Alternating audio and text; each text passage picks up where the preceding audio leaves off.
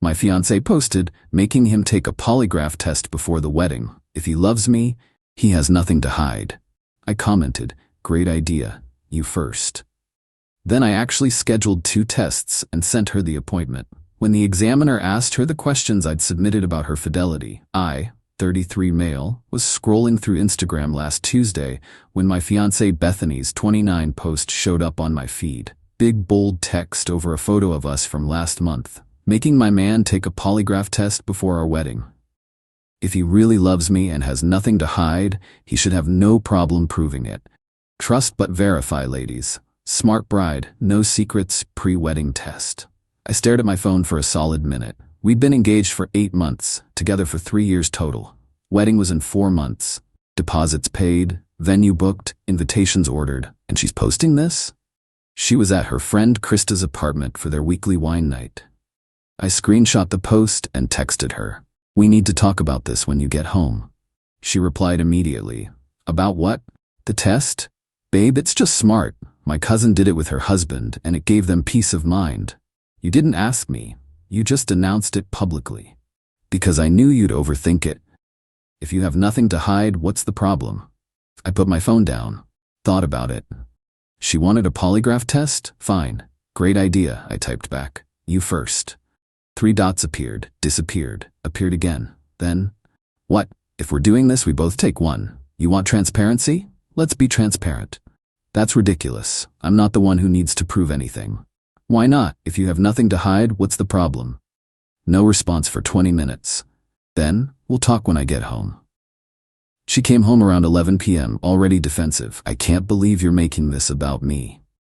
You made it public without asking me, I said calmly. If we're doing polygraph tests, we're both doing them. Equal transparency. That's not fair. I'm the one who suggested it. And I'm agreeing, with the condition that you go first, prove you have nothing to hide. Her face went red. This is typical controlling behavior, Travis. I'm trying to protect our marriage, and you're turning it into some power play. I'm not controlling anything. I'm matching your energy. You want tests? We'll both take them. I don't need to take one. Why not? Because I'm not the one with trust issues. I don't have trust issues. You apparently do, since you want me to take a polygraph. So let's both take them and clear the air completely. She sputtered for a minute, then grabbed her purse. I'm staying at Krista's tonight. Maybe you'll be more reasonable in the morning. After she left, I did something petty. I commented on her public post. Great idea, babe. Just scheduled appointments for both of us. You're going first, though. Lead by example. Then I actually did it. Found a licensed polygraph examiner. Booked 2 appointments 3 days apart. Cost me $800 for both tests. Sent Bethany the confirmation email with her appointment details. Her test was scheduled for Saturday at 2 p.m. Mine for Tuesday at 2 p.m. Update 1. Bethany lost her mind when she got the confirmation email. Called me at work Thursday morning, absolutely screaming. You can't just schedule something like this without asking me. You literally announced you were making me take one without asking me. I'm just following through on your idea. This is insane. I'm not taking a polygraph test. Why not? You have nothing to hide, right? That's not the point. That's exactly the point. You wanted to test my honesty. Let's test yours too. I'm canceling it. Can't. Non-refundable deposit. Plus, if you cancel, I'm canceling mine. And then I'm commenting on your very public post explaining that you refuse to take the same test you demanded I take. Silence. Then, you're being a jerk. I'm being fair. Saturday at 2 p.m. The examiner's office is downtown. I'll drive us. She hung up on me. That evening, her mom called. Diane. This woman already didn't like me much, thought I wasn't ambitious enough for her daughter. Travis, Bethany is very upset. I know. She doesn't want to take the polygraph test she publicly demanded we do. Well, she didn't mean she had to take one. She was talking about you. Right, but if we're testing for honesty and fidelity, seems like we should both do it, for the marriage. That's ridiculous. She's been nothing but faithful to you. You on the other hand. Me on the other hand, what? Pause. Well, I don't know what you've been up to. Exactly. You don't know, so let's test both of us and remove all doubt. She huffed and hung up. Saturday came. Bethany barely spoke to me all morning. Tried to claim she was sick. I told her we could reschedule, but I'd still cancel mine and post the reason publicly. We drove to the examiner's office in silence. The examiner, a guy named Paul, was probably in his 50s. Retired law enforcement, did corporate and private polygraphs. Very professional. He explained the process, the questions, how it worked. I'd submitted questions in advance. Standard stuff for relationships. Have you been sexually intimate with anyone else during our relationship? Have you had romantic feelings for someone else during our relationship? Have you lied to me about where you were or who you were with? Have you hidden any major financial debts or secrets from me? Is there anything you're currently hiding that could affect our marriage? Bethany went into the testing room. I waited outside. The test took about 2 hours with all the setup and questions. When they finished, Paul called me into his office. Bethany was in the waiting room, looking pale. "Mr. Travis, I need to be direct with you. Your fiancé showed significant deceptive responses to multiple questions." My stomach dropped. "Which ones?" He showed me the printouts. The first question, about sexual intimacy with others, clear deception indicators. The question about lying about whereabouts, deception. The one about hiding things, major deception. What does this mean? It means she wasn't truthful in her responses to those questions. Now, polygraphs aren't 100% accurate, but these are pretty clear patterns. I'd recommend you have a serious conversation with her. I paid the balance. Walked out to the waiting room. Bethany was crying. "Let's go home," I said quietly. In the car, she started before I could. "The test is wrong. Those things aren't reliable." I told the truth, and it still said I was lying. "Bethany, what? Just tell me, please." She was quiet for a long time. Then it was just twice, and it was before we got engaged. Everything went cold. What was twice? There's this guy at my office, Qley. There were 2 times, but it was before you proposed. It doesn't count. When before I proposed? Like a month before. I'd proposed 3 years and 1 month ago. A month before that, we'd been talking about moving in together, planning our future, and you've been working with him this whole time. It didn't mean anything. It was just physical. I chose you, Travis. I said yes to you. After sleeping with him. It was a mistake. Twice. I'm sorry, but you can't be mad. You made me take that stupid test. This is your fault for pushing it. I almost laughed. Almost. You demanded I take a polygraph test to prove I was faithful, and you've been hiding that you cheated on me. It was 3 years ago. You lied about where you were, multiple times apparently, since the test caught that too. What else did you lie about? She wiped her eyes. Nothing. The test says otherwise. We got home. I went straight to my computer and started looking up wedding cancellation policies. She followed me into the office. What are you doing? Seeing what we lose if we cancel the wedding. You're not seriously breaking up with me over something that happened 3 years ago that I didn't even have to tell you about. You had to tell me because you failed a polygraph test that you demanded. I demanded you take one. Because you were projecting. You cheated, so you assumed I did too. I just wanted to be sure. Sure that I was as dishonest as you? Well, good news. I'm not, which we'll never know for certain because I'm canceling my test. You have to take it now. Why? You failed yours. The wedding's off. There's no point. She started hyperventilating. You can't do this. Everything's planned. People are coming from out of town, the venue, the dress, You should have thought about that before you cheated on me and lied about it for 3 years. I'm calling my mother.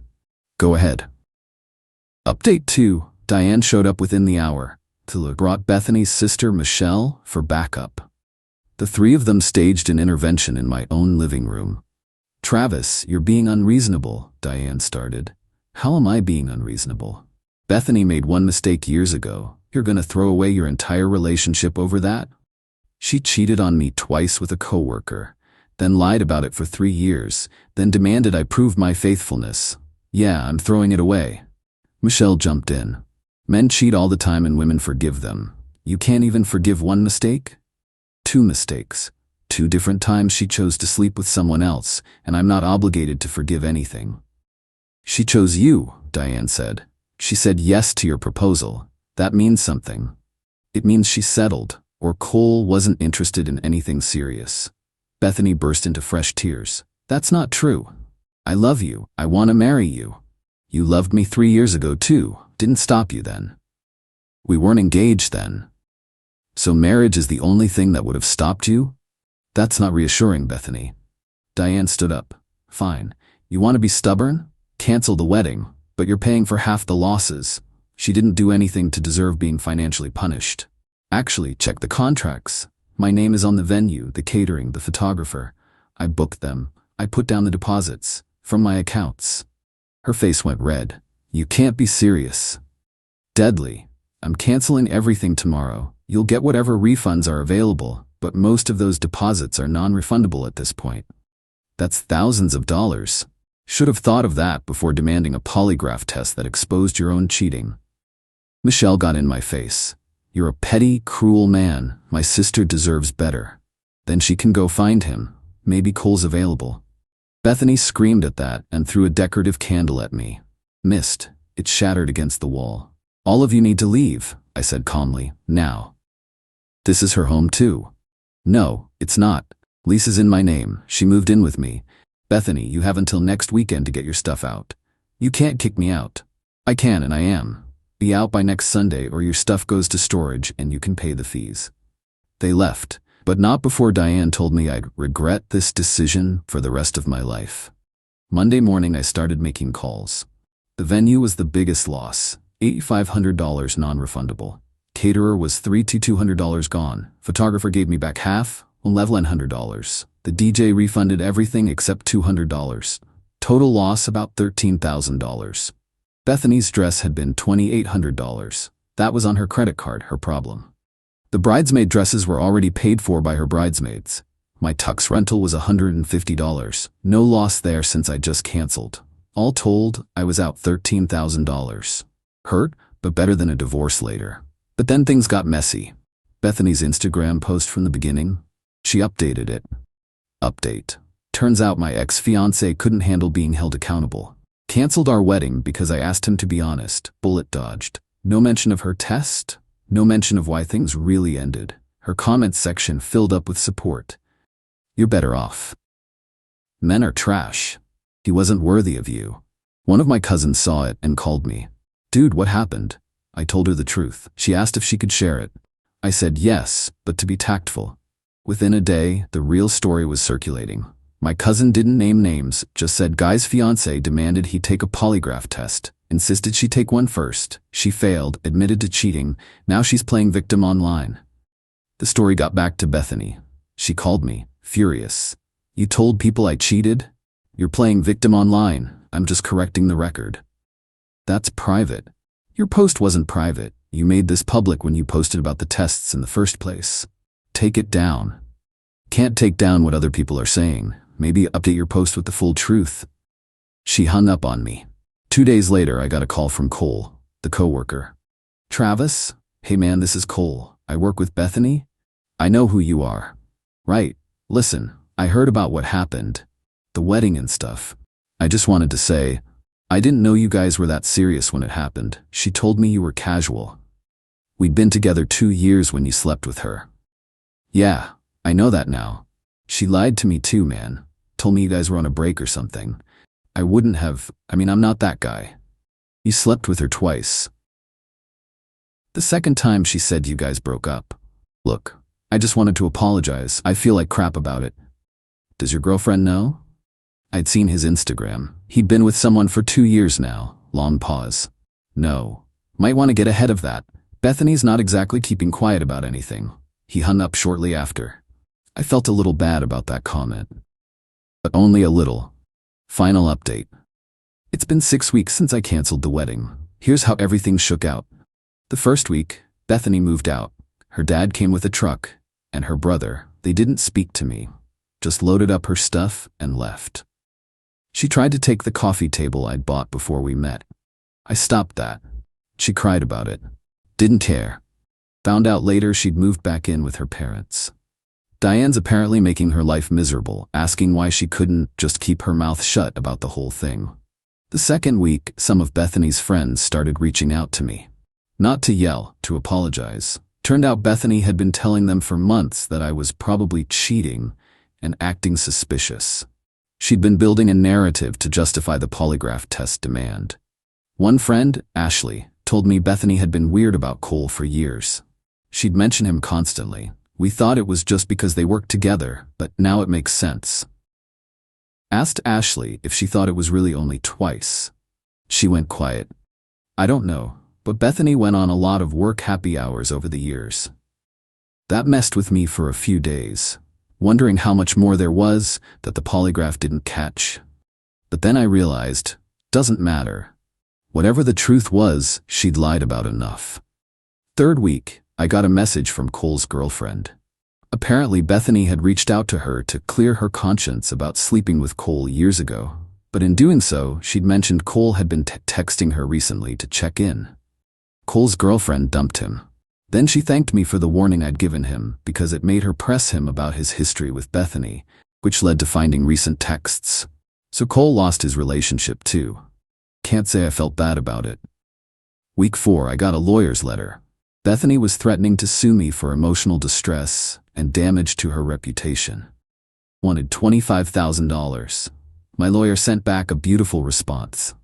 Basically, your client demanded a polygraph test, failed it, admitted to infidelity, and has since posted misleading information online. Countersuit for defamation being prepared if this proceeds.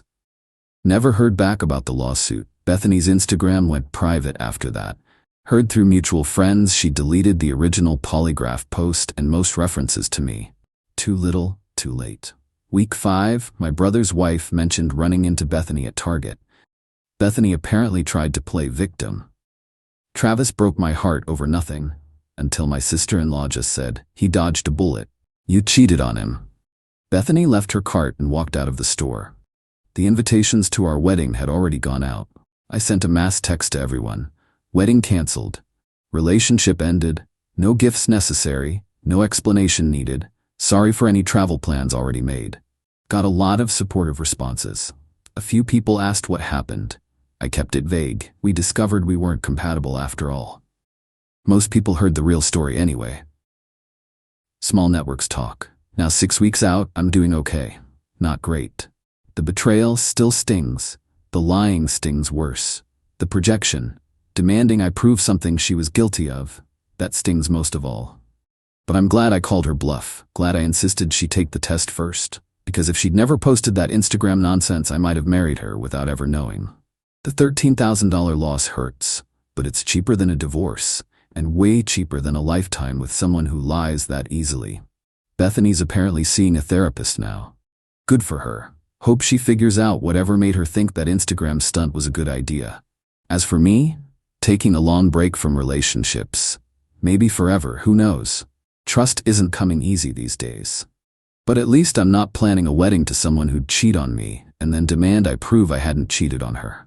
The irony still makes me laugh sometimes, in a bitter, this is my life now kind of way. Someone asked if I regret pushing for her to take the test first. Absolutely not. Best $400 I ever spent. Saved me from years of wondering, of half-truths, of finding out 5 years and 2 kids in that my wife had been lying since before we got engaged. The polygraph test was her idea. I just made sure it actually served its purpose, revealing the truth. She wanted transparency. She got it, just not the way she expected.